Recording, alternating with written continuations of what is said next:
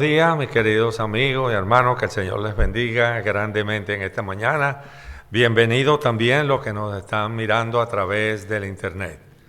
Le damos gracias al Señor que hoy es el día que Él ha escogido para que su pueblo se reúna, para que su pueblo adore, para que su pueblo exalte el nombre del Señor. La palabra del Señor nos dice en el Salmo 30, los versos 11 y 12 así: Has convertido mi lamento en una danza.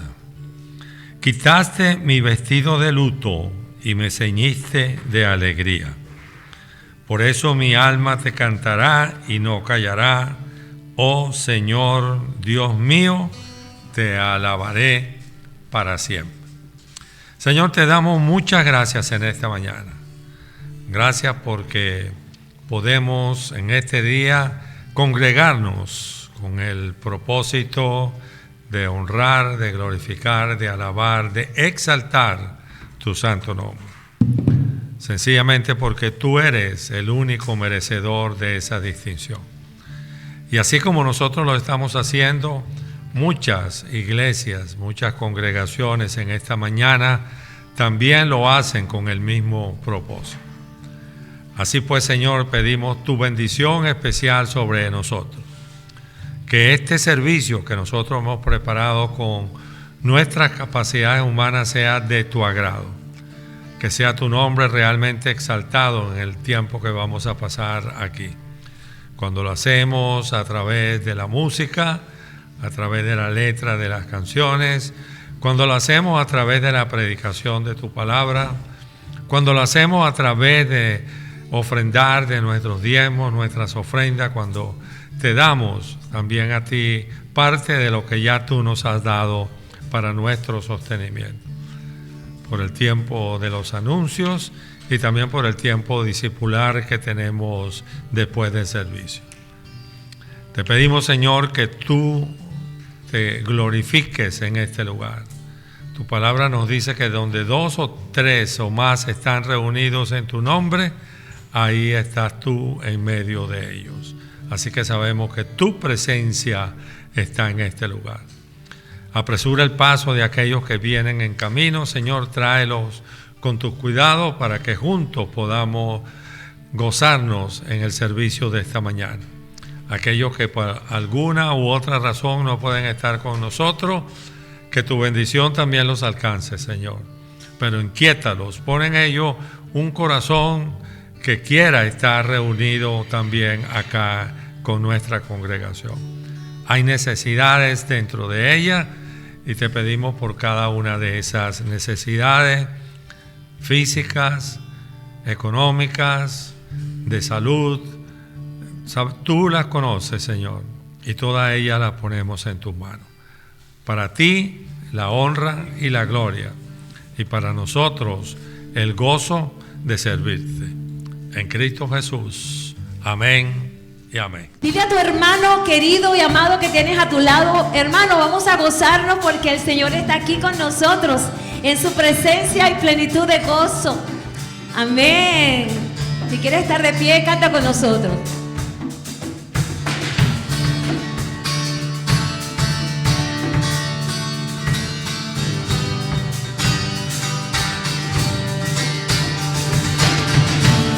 El Señor está en medio de nosotros y Él se goza con su pueblo en esta mañana. El Dios de nuestra alegría, cántale con gozo.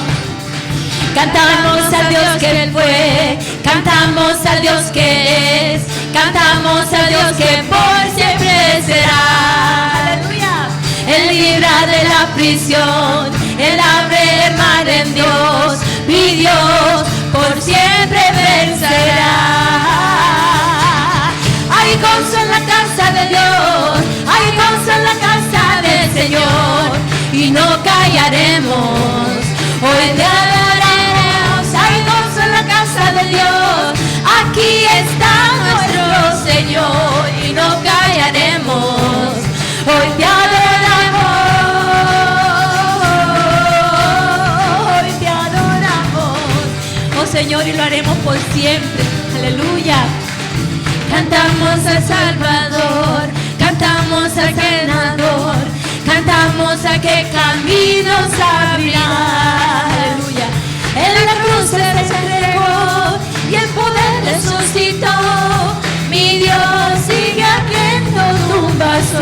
¿Cuántos lo creen? Hay gozo en la casa de Dios, hay gozo en la casa del Señor, y no callaremos, o adoraremos. Hay gozo en la casa de Dios, aquí está nuestro Señor, y no callaremos, hoy te adoramos. Fuimos benditos, ahora hijos de Rey. Fuimos esclavos, hoy libres en Él. Nos ha aceptado, salvado por su gracia fiel. Que su casa le cante. A ver, esta iglesia declara la libertad. Fuimos mendigos, ahora hijos de Rey. Fuimos esclavos, hoy libres en Él. Nos ha aceptado, salvado por su gracia fiel. Que su casa le cante a ver, esa iglesia canta. Hay gozo en la casa de Dios, hay gozo en la casa del Señor, y no callaremos, hoy te adoraremos. Hay gozo en la casa de Dios, aquí está nuestro Señor, y no callaremos, hoy te adoraremos. Hay gozo en la casa de Dios, hay gozo en la casa del Señor, y no callaremos, hoy te adoraremos. Hay gozo en la casa de Dios, aquí está nuestro Señor, y no callaremos, hoy te adoraremos, hoy te adoraremos, hoy te adoramos, hoy te adoramos, hoy te adoramos. Te adoramos, Señor, y agradecido por habernos levantado, salvado, aceptado, redimido. Viene a mi mente ahora: si se humillare mi pueblo, sobre el cual mi nombre es invocado, y orare, y buscaren mi rostro, y se convirtieren de sus malos caminos, entonces yo oiré. Señor, tú quieres un pueblo santo, santo, santo, Señor. Estamos en la serie que estamos comenzando, Señor. Buscar a otro más para ti, Señor. Padre, tú quieres que vivamos vidas santas para que sean usadas por ti, Señor. Bendice a nuestro pastor, Señor. Gracias por la palabra que has puesto en su mente y en su corazón. Recibe, Padre, gloria y honra a través de esta predicación, y que podamos nuestros corazones recibirla y obedecerla, Señor. Bendice a cada familia, a cada joven, cada niño en este lugar, Señor. Y bendice a los que están conectados, Señor. Que en todos te demos la gloria y la honra. En el nombre de Jesús. Amén y amén.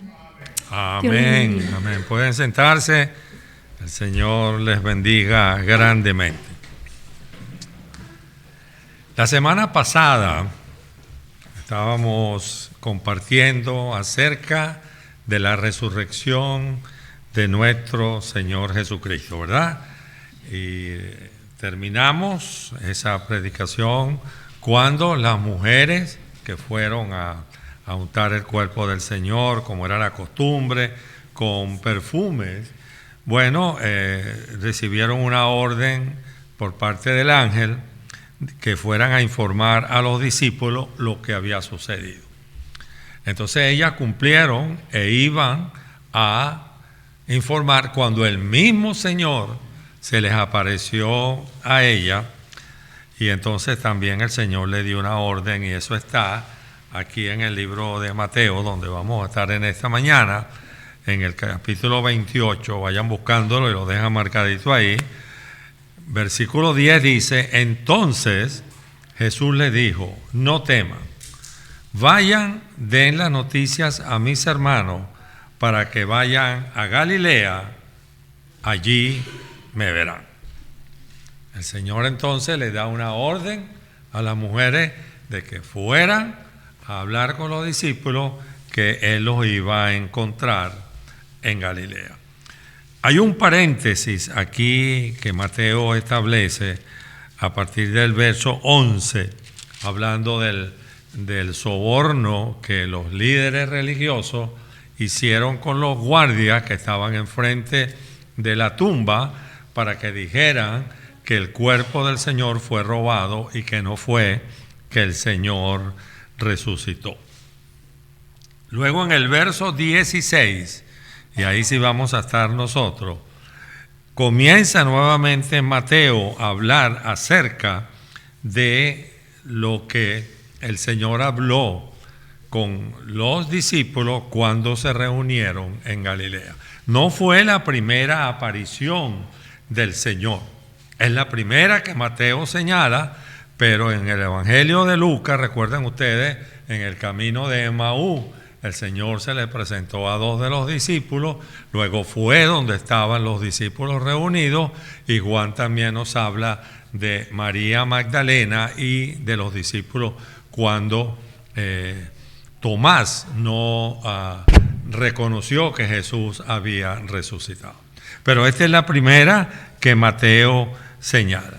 Es el primer encuentro de Cristo resucitado con sus discípulos que el Evangelio de Mateo señala. Era necesario que Jesús se mantuviese un tiempo más con los discípulos, porque aún él tenía que dar algunas instrucciones. La razón, porque la misión que él había cumplido, que ya había llegado a su fin, tenía que continuar. Ya no iba a ser el Señor que iba a hacerlo, porque él cumplió perfectamente con su parte. De paso, la parte más difícil, la parte más dolorosa. Pero los discípulos tenían que continuar con esa misión. Es ahora que esa misión nos corresponde a nosotros también como discípulos del Señor. A los primeros discípulos y a nosotros también nos corresponde esa misión. La pregunta es, ¿cuál es la misión? Bueno, la misión es hacer discípulos para Cristo. Hacer discípulos para Cristo. La North American Mission Board, esta es una agencia de la Convención Bautista del Sur que se encarga del evangelismo dentro de los Estados Unidos. Existe la International Mission Board, que entonces esa se encarga de enviar misioneros al exterior, y esta se encarga de enviar misioneros dentro de los Estados Unidos. Ellos han creado un programa, ellos han creado una campaña para que juntos podamos alcanzar, ponlo Lucy, una más para Cristo. Ellos han creado eso. Lucy. Ok. Esa campaña, como ustedes ven ahí, dice, ¿quién es tu uno? Así se llama la campaña. ¿Quién es tu uno? Aquí nosotros tenemos, escúchenme bien, la iglesia completa participando en esta campaña. Cada uno de nosotros va a orar por una persona, no más, una persona que no conoce del Señor. Un hijo, un esposo, una esposa, un hermano, una hermana, una persona. Usted se va a comprometer por este mes a orar por esa persona. Hay un material que ya los líderes de la iglesia, los que asisten también al discipulado, tienen. Hay una guía de oración.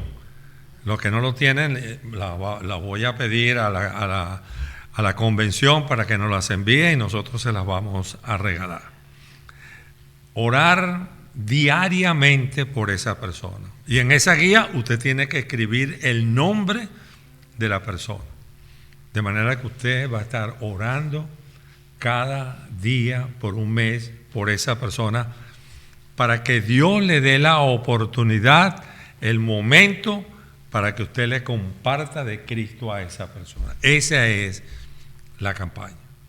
La campaña que la North American Mission Board, no solamente nosotros como iglesia estamos participando, muchas otras iglesias que pertenecen a la Convención Bautista del Sur, tanto de habla hispana como de habla inglesa, están participando en esta campaña.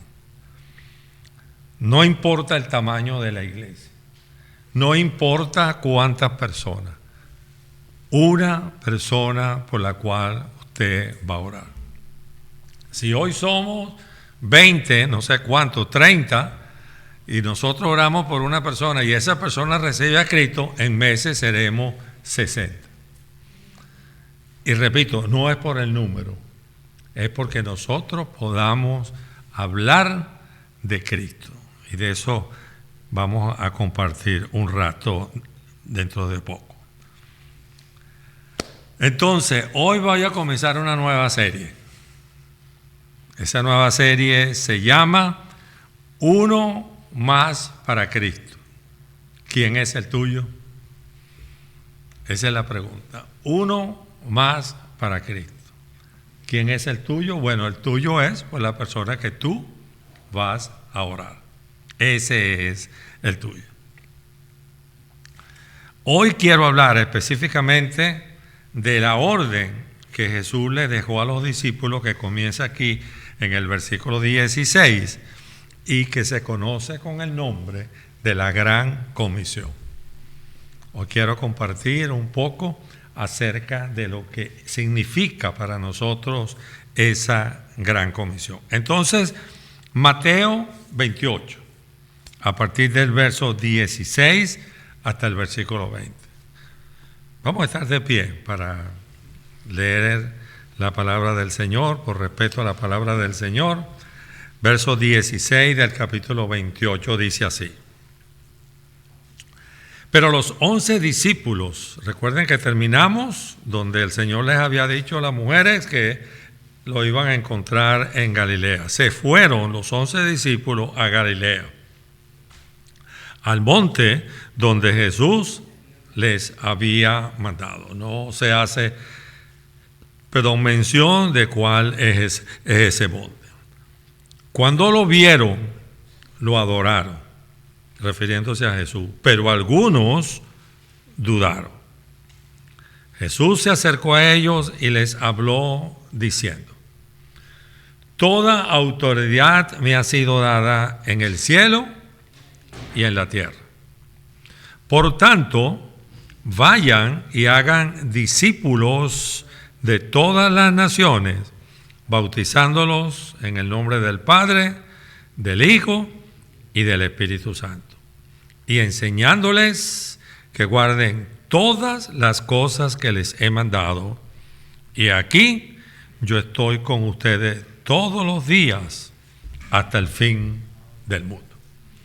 Vamos a orar. Padre, te damos gracias, Señor, en esta mañana por tu palabra, por esa gran comisión que tú nos has dejado, hacer discípulos de todas las naciones.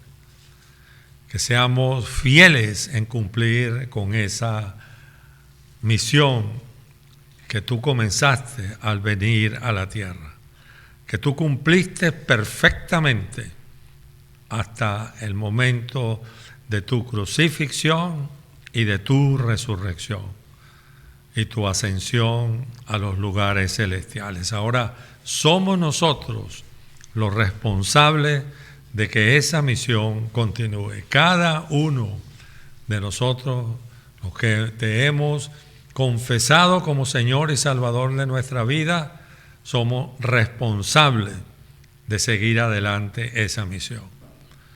Ese es un privilegio que tú nos has regalado y un gozo poder cumplirla. Oramos en tu nombre, Señor, y para ti la honra y la gloria.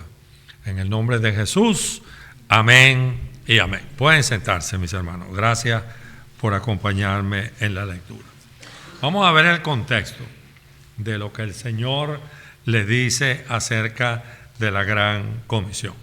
Dice entonces el verso 16: pero los 11 discípulos se fueron a Galilea, al monte donde Jesús le había mandado. Algunos piensan que era el monte de los Olivos donde él fue tomado. Cuando lo vieron, le adoraron, pero algunos dudaron.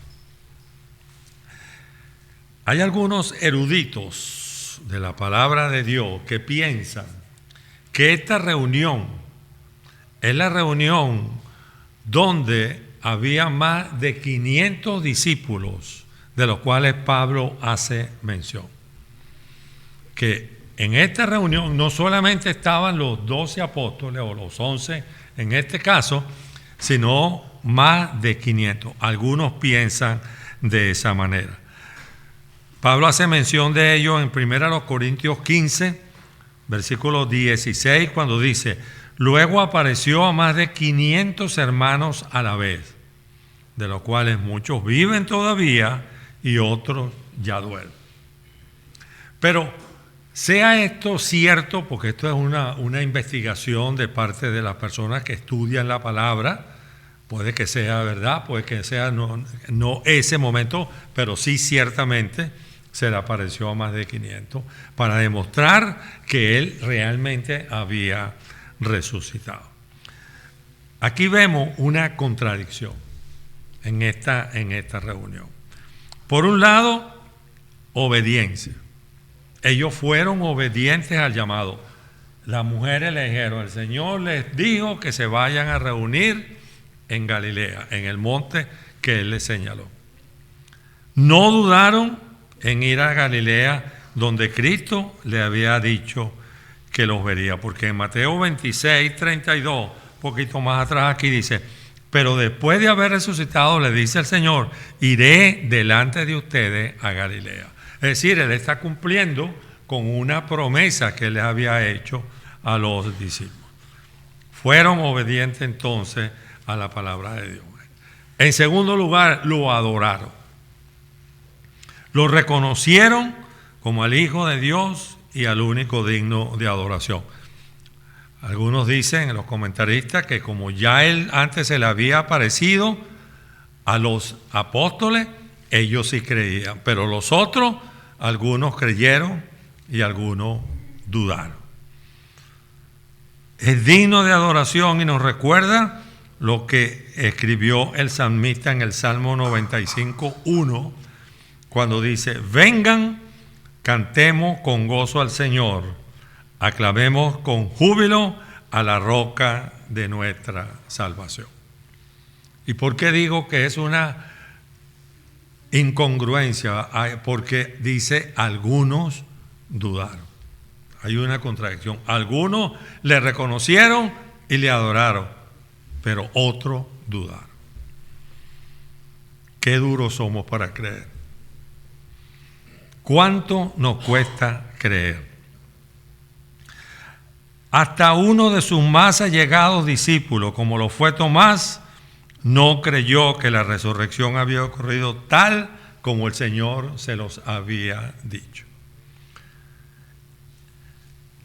Aquí vemos una enseñanza para nosotros.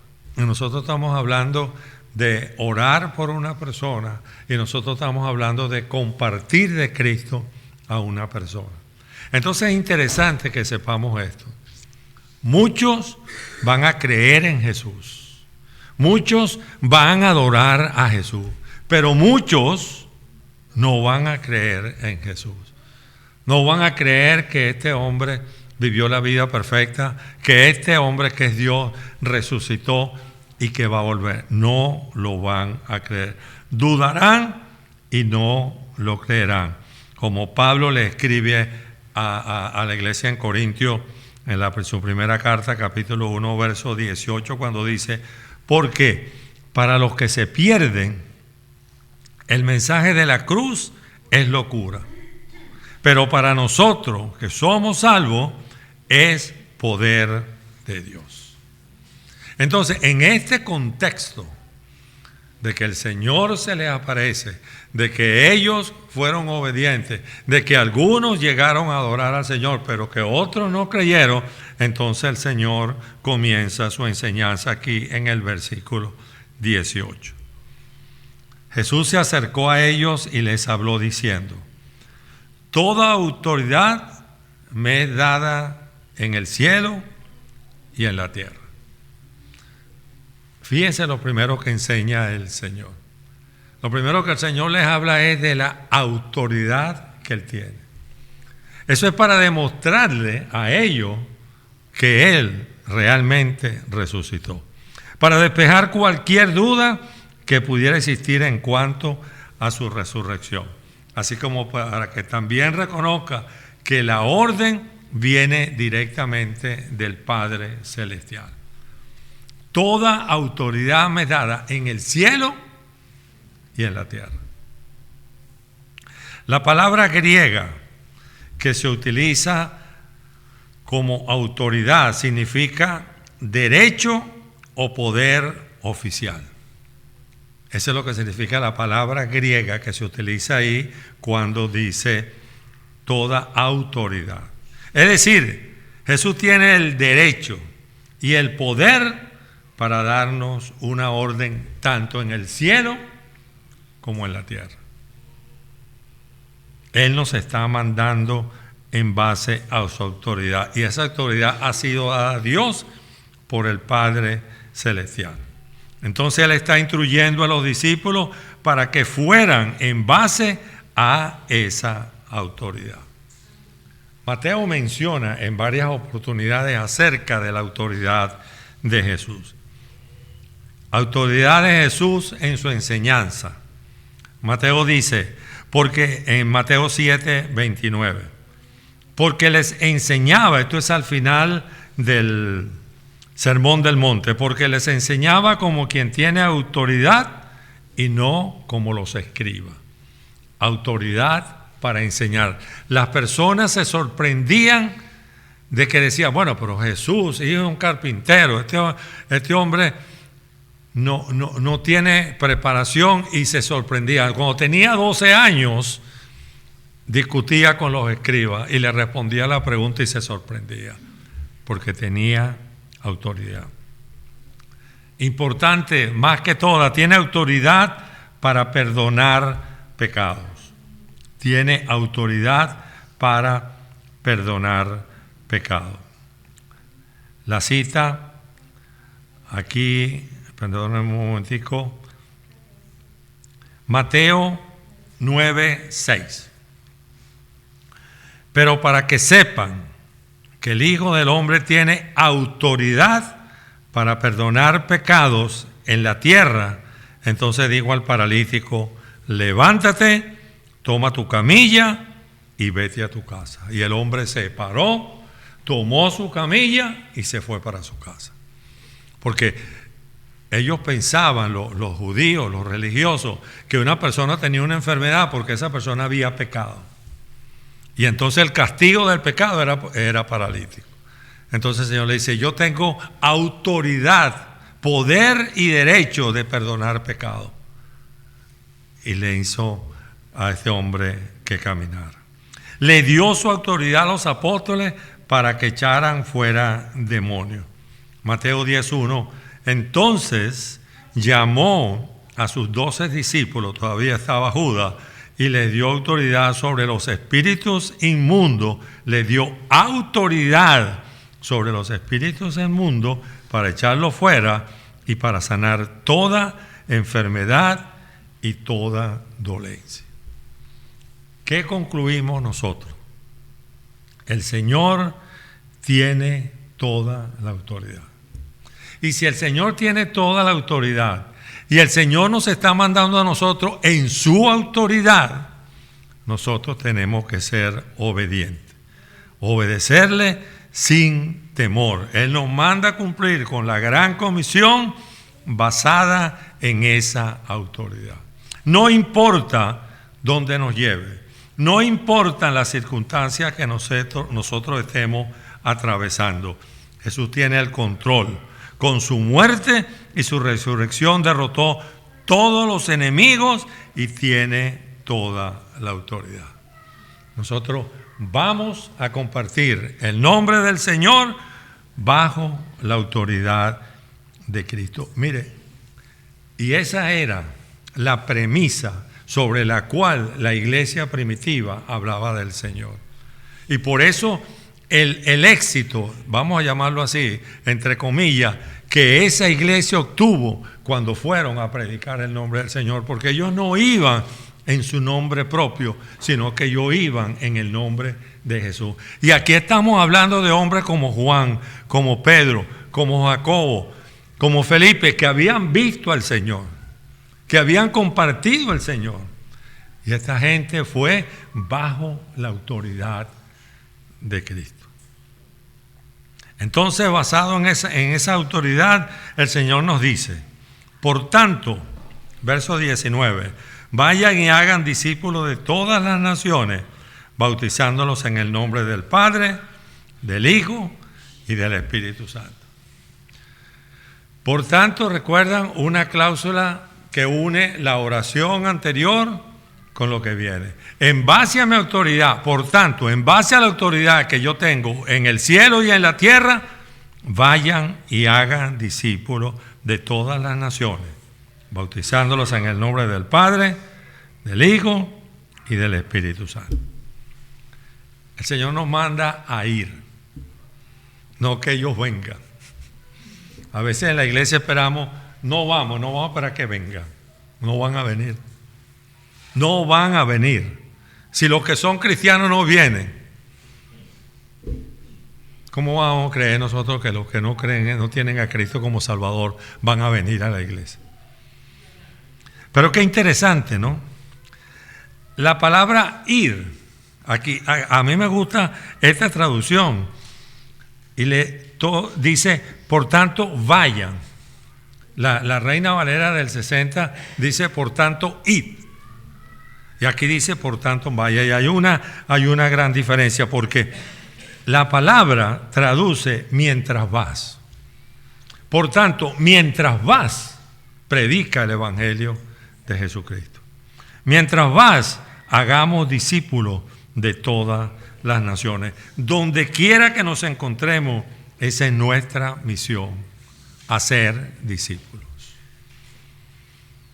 El nombre de discípulo era más popular para los primeros creyentes que el nombre de cristiano. El nombre de cristiano aparece, creo que 2 o 3 veces en el Nuevo Testamento. La palabra discípulo aparece 232 veces. Hechos 11:26 dice, y sucedió que se reunieron todo un año con la iglesia y enseñaron a mucha gente, los discípulos. Y los discípulos fueron llamados cristianos por primera vez en Antioquía. Es decir, la palabra cristiano inclusive era de una connotación negativa. O sea, las personas que nos llamaron cristianos por primera vez lo hacían burlándose, porque la palabra cristiano significa Cristo pequeño. Entonces se burlaban del camino de los que habían creído en el Señor. Así que el Señor nos manda a ser discípulos. Un discípulo es más que un ser convertido o ser miembro de una iglesia. Es más, el discípulo se identifica con su maestro, aprendía de él, vivía con él, dormía donde él dormía, imitaba a su maestro en todo. ¿Ustedes recuerdan cuando Pedro, estando ahí, cuando estaban juzgando al Señor, y una de las veces que él lo negó fue que alguien dijo, tú estabas con él porque hasta como habla te delata? Pedro hablaba como hablaba el Señor. ¿Por qué? Eran 3 años que habían dado. Era un discípulo comprometido con el Señor. Ellos llevaron adelante las buenas nuevas. Escogió a 12, uno de ellos fue el que lo entregó, los preparó y esta gente llevó adelante el Evangelio. La misión de hacer discípulos. Bueno, Jesús nos ha llamado a nosotros a ser sus discípulos y a ser discípulos en este tiempo. Este es nuestro tiempo. Y para eso nos ha llamado al Señor. A ser discípulos No basta con la conversión. A esa persona por la cual nosotros estamos orando, a esa persona a la cual nosotros le vamos a compartir a Cristo, y a esa persona en el nombre de Jesucristo recibe como Señor y Salvador, nosotros no lo podemos dejar aparte. Nosotros tenemos que comenzar a discipularlo, y eso es lo que el Señor nos manda, a ser discípulos. Un discípulo que forma discípulos. Y eso es lo que insistimos nosotros en el curso de discipulado que estamos dando. No es aprender para yo engordar, no es espiritualmente, no es aprender para guardarlo todo, no, es aprender para enseñar a otros. Yo tengo 60 años siendo maestro. Sí, yo comencé a los 20 años. Y siempre he entendido esto. Cuando usted enseña, usted aprende. Porque cuando usted enseña, usted tiene que preparar para enseñar. Y cuando usted se está preparando para enseñar, usted está aprendiendo. Y cuando usted está enseñando, y hay un comentario, yo le doy clase al grupo de Anita en Biblia, y cuando Anita hace un comentario, yo estoy aprendiendo de lo que ella está diciendo. O cualquier otro estudiante del curso. Porque cuando nosotros estamos enseñando, entonces nosotros estamos aprendiendo. Los que creyeran debían ser bautizados en agua en el nombre del Padre, del Hijo y del Espíritu Santo. Este acto asociaría a un creyente con la persona de Jesucristo y con la Trinidad. El bautismo, lo hemos dicho en otras oportunidades, era la manera pública de señalar: yo soy un discípulo de Cristo. Hay algunas congregaciones que dicen que para ser salvo es necesario bautizarse. Bueno, yo no voy a discutir eso, pero no sé. Entonces el ladrón que no tuvo tiempo para bautizarse, o una persona que muere antes de morir recibe a Cristo, entonces no es salvo. No. El bautismo es necesario. El bautismo es parte de las ordenanzas del Señor, la Santa Cena y bautizar. Nosotros tenemos que bautizarnos porque damos fe de que nosotros somos creyentes, que nosotros somos discípulos. ¿Y qué otra cosa debemos enseñarle? Entonces aquí me voy para el versículo 20. Y enseñándoles que guarden todas las cosas que les he mandado. Y enseñándoles que guarden todas las cosas que os he enseñado. Jesús enseñó a sus discípulos. Él pasó 3 años con ellos, caminando ellos al lado de Jesús, viendo a Jesús sanar, viendo a Jesús y escuchando las enseñanzas de Jesús. Y entonces Jesús le abre el entendimiento para que ellos comprendan las Escrituras. En Lucas 24, versos 44-45 dice: y les dijo Jesús, hablando con sus discípulos después de la resurrección: estas son las palabras que les hablé estando aún con ustedes, que era necesario que se cumplieran todas las cosas que están escritas de mí en la ley de Moisés, en los profetas y en los salmos, en el Antiguo Testamento. Entonces les abrió el entendimiento para que comprendieran las Escrituras. Nosotros no tenemos la bendición que tuvieron estos de ver al Señor cara a cara. Lo veremos. Algún día lo veremos.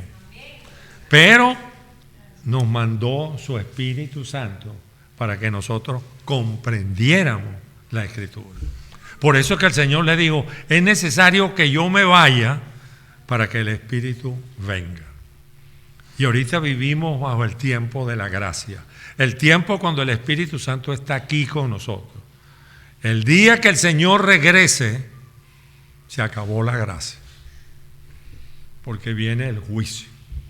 Y el que no tenga a Cristo al lago de fuego, y el que tenga a Cristo, a los lugares celestiales. Yo no estoy asustando a nadie. Eso es lo que Jesús quiere que nosotros enseñemos. Su palabra, la Biblia, las verdades que Jesús comunicó en su palabra y que sigue comunicando a través de este libro, que es la palabra de Dios. Hechos 5, 20 y el 21a, dice así: vayan, esto fue cuando los apóstoles los pusieron presos. Y en la noche vino un terremoto y salieron, y al día siguiente los mandaron a buscar. Y dice, bueno, pero las puertas están cerradas, todo está normal, pero ellos no están ahí. Y entonces llegó la noticia que estaban enseñando en el templo. Preso, y al día siguiente me hacen acordar de Leo, preso y está enseñando. Dice entonces, vayan y de pie en el templo hablen al pueblo toda la palabra de esta vida. Y el 21 dice, habiendo oído esto, entraron en el templo al amanecer y enseñaban. Yo tengo una pregunta aquí.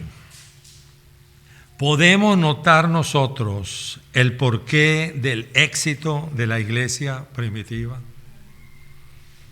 Podemos ver por qué la iglesia primitiva tuvo fuerza, poder, y vamos a llamarlo éxito, en compartir acerca de Jesucristo. Obediencia, número 1. Ellos hicieron lo que el Señor les dijo que hicieran. Fueron e hicieron discípulos.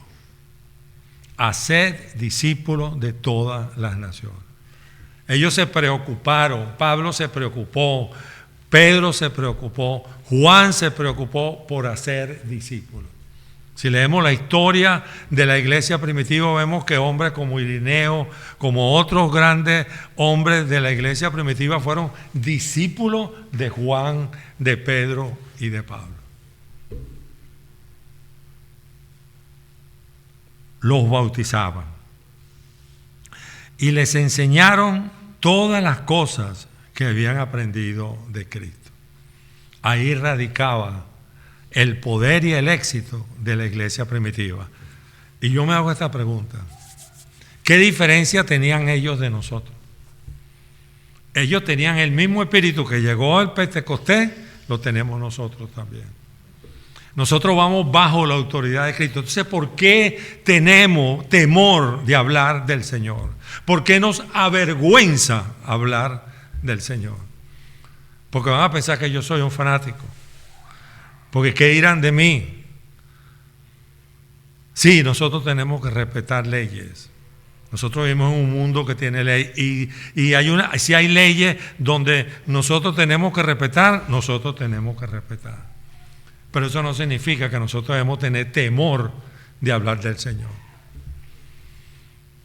Ese fue el éxito, repito, de la iglesia primitiva.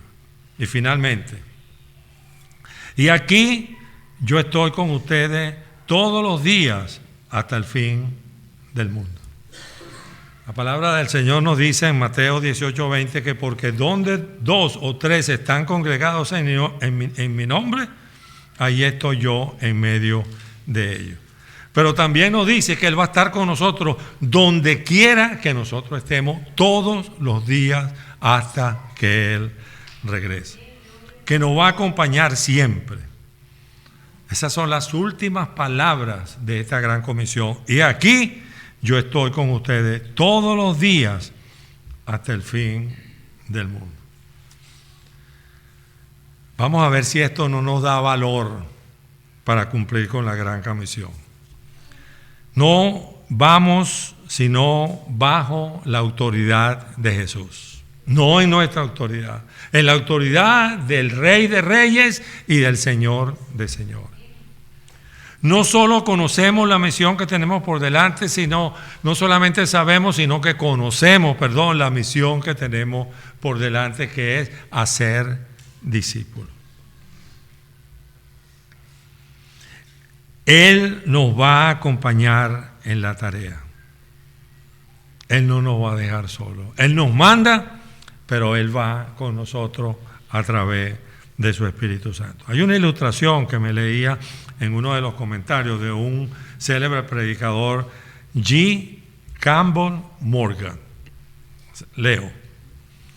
Al principio de mi vida cristiana, dice Morgan, solía visitar a varias hermanas una vez a la semana para estudiar la Biblia. Cuando llegué al final del Evangelio de Mateo y leí, he aquí yo estoy con ustedes todos los días hasta el fin del mundo, les dije, ¿no es esta una promesa maravillosa? Una de las hermanas respondió rápidamente, joven, eso no es una promesa, es un hecho. Es un hecho que Jesús irá con nosotros y que va a estar con nosotros todos los días hasta el fin del mundo. Dios nos da el poder para llevar adelante la gran comisión. Dios tiene un plan. Y a medida que nosotros seguimos su dirección y obedecemos su palabra, cumplimos con el propósito que Dios tiene para nosotros y para la iglesia. Entonces, manos a la obra. Uno más para Cristo. ¿Quién es el tuyo? Padre, te doy las gracias en esta mañana por tu palabra. Entender lo que significa la gran comisión. Seguir la misión que tú cumpliste perfectamente en la cruz del Calvario y con tu resurrección. Ir bajo tu autoridad. Hacer discípulos de todas las naciones. Bautizarlos en el nombre del Padre, del Hijo y del Espíritu Santo. Y poder seguramente confiar porque tú vas a estar con nosotros todos los días hasta el fin del mundo. Hemos comenzado esta campaña. ¿Quién es tu uno? Esta serie, uno más para Cristo. ¿Quién es el tuyo? Danos la fuerza, danos el poder, danos la valentía, basados en estos aspectos hablados sobre la gran comisión, para cumplir con lo que tú nos has enviado. En el nombre de Jesús, amén y amén. Dios me lo bendiga.